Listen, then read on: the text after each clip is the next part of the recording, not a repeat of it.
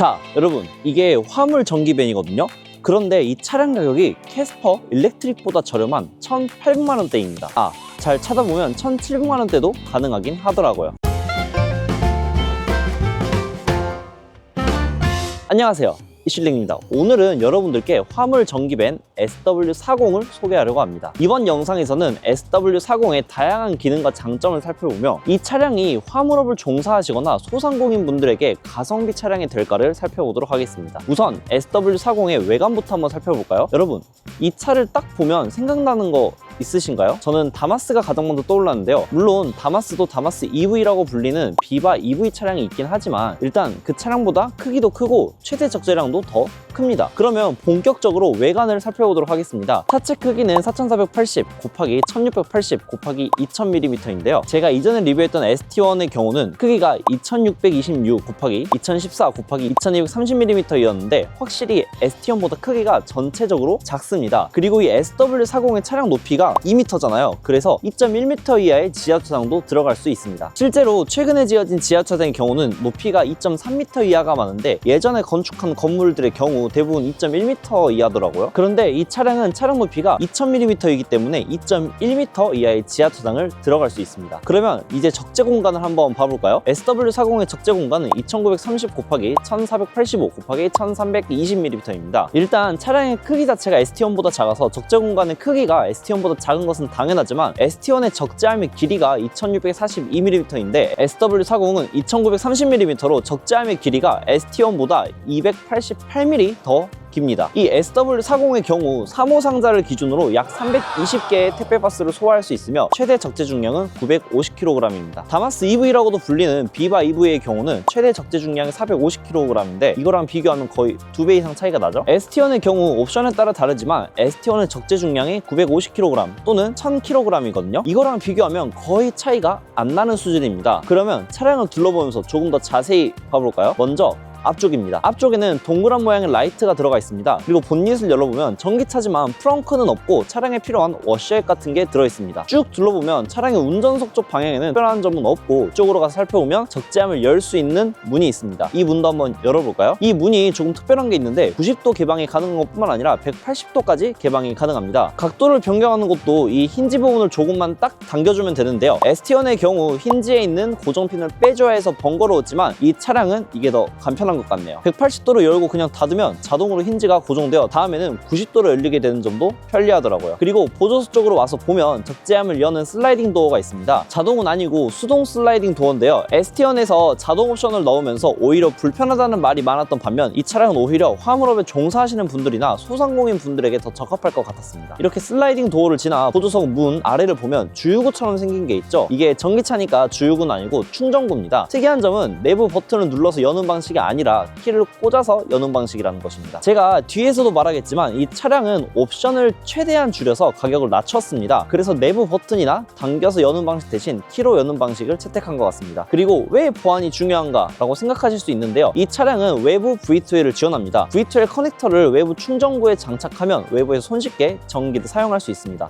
참고로 올해까지 이 SW40을 구매하시는 고객분들께는 이 외부 V2L 커넥터를 무료로 증정한다고 합니다. 외부 V2L을 지원하기 때문에 충전구 보안이 없으면 전기를 몰래 사용할 우려가 있습니다. 게다가 전기차는 충전구가 파손되면 충전 자체가 불가능해지기 때문에 충전구 보안이 굉장히 중요한데요. 키로 열고 닫을 수 있게 한 점은 원가를 절감하면서도 보안을 유지할 수 있는 적절한 선택이었던 것 같습니다. 자, 이제 외관을 살펴봤으니 다시 적재함 쪽으로 가서 적재함을 자세히 한번 봐볼까요? 앞에서도 말씀드렸지만 적재함의 크기는 2930 곱하기 1485 곱하기 1320mm입니다. 택배 상자 3호 기준으로 약 320개가 들어가는데요. 직접 들어가 보면 일어서긴 힘들지만 앉아있거나 누워서 쉴 수도 있고 생각보다 적재함의 공간이 꽤 넉넉한 것 같습니다. 이 차량은 화물용으로 출시가 되었지만 적재함 공간이 잘 설계되어 차박용으로도 적합할 것 같더라고요. 외부 V2L을 지원하기 때문에 전기도 사용할 수 있고요. 그리고 적재함 내부를 보면 전등이 설치되어 있습니다. 버튼을 누르면 켜지고 온오프 설정도 가능합니다. 켜진 상태에서 문을 닫으면 자동으로 꺼지기 때문에 문이 열리면 자동으로 켜지게 하고 싶으신 분들은 전등을 켜둔 상태로 사용하시면 됩니다. 등이 필요 없으신 분들은 끄고 사용할 수 있어 사용자 취향에 따라서 조절할 수 있어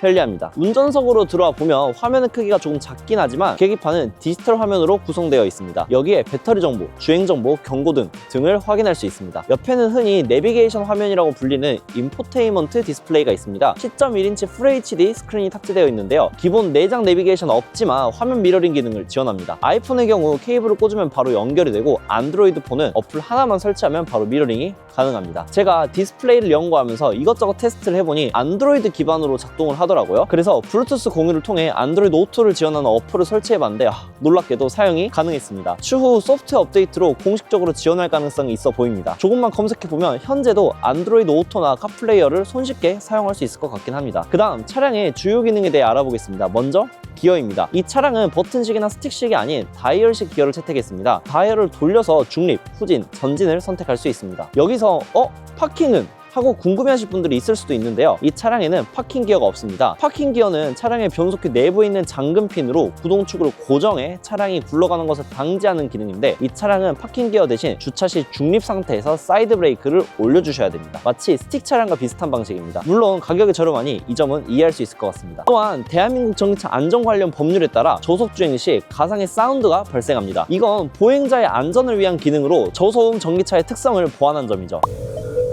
300m 앞 우회전입니다. 이어서 170. 이런 소리는 제가 테스트를 해보니 시속이 25km 미만에서는 들리더라고요. 스티어링 휠, 즉 운전대를 보면 버튼이 생각보다 많습니다. 이 버튼들로 음량을 제어하거나 음악을 변경하거나 크루즈 컨트롤 기능을 사용하거나 디지털 클러스터를 조작하는 등 다양한 기능을 사용할 수 있습니다. 그러면 전면부 패널을 살펴보겠습니다. 전면부 패널에는 USB 포트 2개가 있는데 하나는 충전 포트이고 다른 하나는 데이터 전송이 가능한 포트입니다. 데이터 전송이 가능한 포트는 USB를 꽂거나 케이블로 휴대폰을 연결해서 음악을 듣는 등 여러 기능을 지원합니다. 공조 제어 장치는 직관적인 버튼과 다이얼 방식으로 되어 있어서 조작이 간편합니다. 하단에는 시거잭도 있습니다. 수납 공간도 생각보다 많습니다. 보조석 앞에도 공간이 있고 사이드 브레이크 쪽에는 컵홀더가 2개 있으며 전면부 패널에도 추가적인 공간이 있습니다. 또한 앞쪽에 서류를 놓을 수 있는 공간과 운전석 및 보조석 문에도 수납 공간이 있어서 생각보다 실용적입니다. 공간 이야기가 나왔으니 이어서 말을 하자면 이 차량이 ST1보다 좋은 점이 하나 있습니다. 바로 격벽입니다. ST1의 경우는 격벽이 운전석과 매우 가까워서 의자를 뒤로 기울이기가 힘들었는데 SW40은 다른 화물차에 비해 격벽이 뒤에 있어서 운전석에서 의자를 뒤로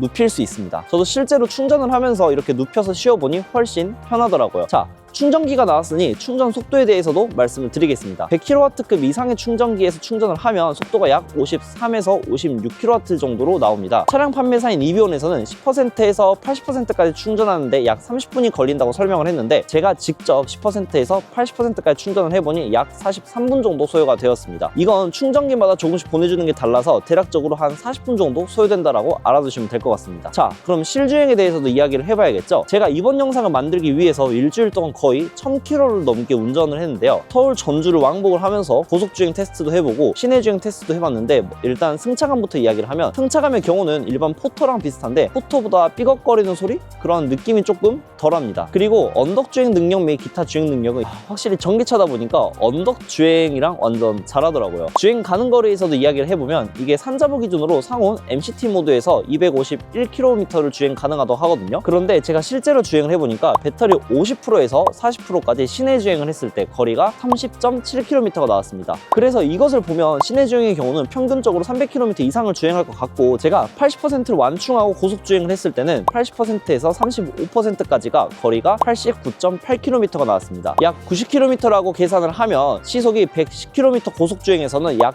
200km 정도 운행이 가능한 것 같았습니다. 실제로 이 표가 산자부 기준표인데요. 생각보다 제가 테스트한 결과가 더 높게 나오긴 했는데 요약을 하면 도심 주행에서는 300km 이상 주행이 가능하고 고속 주행에서는 200km 이상 주행이 가능하다고 알아두시면 될 것 같습니다. 아, 맞다. 그리고 이 차량의 배터리 용량은 53.58kWh이고 배터리 종류는 CALT LFP 3세대 배터리입니다. 참고로 저번에 불이 난 벤츠 전기차 배터리의 경우는 파라시스의 배터리였고 CALT 배터리는 현대, 니로 EV에도 들어갈 만큼 생각보다 전기차 시장에서 많이 사용하는 배터리입니다. 전기차 시장에서 중국 시장을 제외하고 배터리 점유율을 보면 CALT가 점유율 1등, 그 다음이 LG 배터리 솔루션, 3위가 SK온인데 전 세계에서 가장 많이 사용하는 배터리가 들어간 거죠. 그리고 CALT LFP 3세대라고 했잖아요. LFP가 니켈, 코발트 대신 인산철을 사용을 해서 안정성을 높이고 수명이 상대적으로 더 길다고 합니다. 이게 중국에서 제조를 해서 수입해오는 전기차인데요. 그러면 고장나면 어떻게 해? 라고 생각하시는 분들이 계실까봐 그 부분도 말씀을 드리면, 사실 이 차량을 수입해서 판매하는 이비온이라는 회사가 1997년부터 약 25년간 자동차 부품을 유통하는 파츠몰이라는 회사 이름으로 시작됐는데요. 그 파츠몰에서 2021년 전기차 개발 및 판매 사업을 추진하기 위해서 이비온 회사를 설립했습니다. 그래서 이비온은 처음 들어봐도 아마도 파츠몰은 들어보신 분들이 계실 거예요. 그래서 자동차 수리의 경우도 이 파츠몰에서 완벽하게 지원을 해주는데요. 파츠몰 그룹 관계회사인 파츠몰 A2G에서 만든 파트존이라는 사이트에서 부품 구입 및 수리 예약이 가능합니다. 파트존의 경우 전국에 약 300개 이상의 협약된 센터가 있는데 그 중에서 200개 이상의 센터에서 이 SW40을 수리 및 정비할 수 있다고 합니다. 그래서 수리 및 부품 구입에 대한 걱정은 안 하셔도 될 것 같네요. 참고로 보증의 경우는, 배터리의 경우는 5년 20만 킬로 보증이 되고, 구동 및 고전압 부품의 경우는 3년 8만 킬로 보증으로 동급 전기밴 대비 최고 보증 기간을 자랑합니다. 영상을 마무리하기 전에 가격에 대해서도 이야기를 해드리면, 이 차량의 출고가 소비자 가격은 3,980만 원인데 국비 보조금, 지방 보조금, 소상공인 보조금, 이비온 회사 특별 할인, 부가세 환급까지 하면 1,720만 원대부터 구매가 가능합니다. 서울시의 경우는 약 1,900만 원대 구매가 가능합니다. 이 보조금에 관련된 자료는 제가 영상 설명에 링크를 남겨둘 테니까 거기를 들어가서 참고하시면 전국 보조금 및 기타 할인 사항을 한눈에 지역별로 확인하실 수 있을 것 같습니다. 아무튼 오늘은 중국에서 만든 전기차 SW40을 리뷰해봤는데 어떠셨나요? 이 차량을 직접 운행해본 사람 입장으로서 말씀을 드리면 불필요한 기능은 빼고 가격을 낮춘 차라고 생각하는데요. ST1과 비교를 하면 가격이 절반 이하로 저렴하고 적재 공간도 넓고 최대 적재 중량도 950kg으로 부족하지 않는 것 같은데요. 저는 이렇게 불필요한 기능을 빼고 가격을 낮춘 것은 잘한 것 같아요. 1,000만 원대에 전기 화물밴을 살 수 있어서 소상공인 분들이나 자영업을 하시는 분들에게는 좋을 것 같고요. 혹시나 차량에 대해서 궁금하신 거 있으면 댓글을 달아주시면 제가 답변을 해드리도록 하겠습니다. 아무튼 다음에도 이런 신기한 차량이나 재밌는 제품 또는 좋은 소식이 있으면 차도록 약속을 드리면서 구독과 좋아요를 간절히 부탁드리며 오늘 영상 마칩니다. 끝! 근데 진짜 가격이 착하니까 너무 좋은 것 같아요. 진짜 차박용으로도 좋은 것 같고, 타보니까 불필요한 기능은 빼고 가격을 낮춰서 그런지 완전 가성비 차라고 생각됩니다. 혹시나 전기 화물밴, 전기 화물차를 찾고 있으신 분들은 이거 차량도 한번 고려해보세요.